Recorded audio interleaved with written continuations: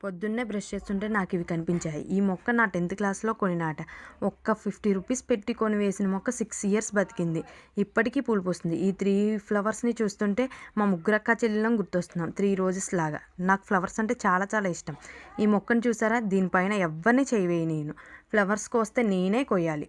అందులోనూ red flowers అంటే ఇంకా ఇష్టం. నేను వేసింది ఒక 5 మొక్కలు డిఫరెంట్ కలర్స్. కానీ ఇది బతికింది. నాకు ఇష్టమనేనేమో ఇదే బతికింది. ఎంత క్యూట్‌గా ఉన్నాయో.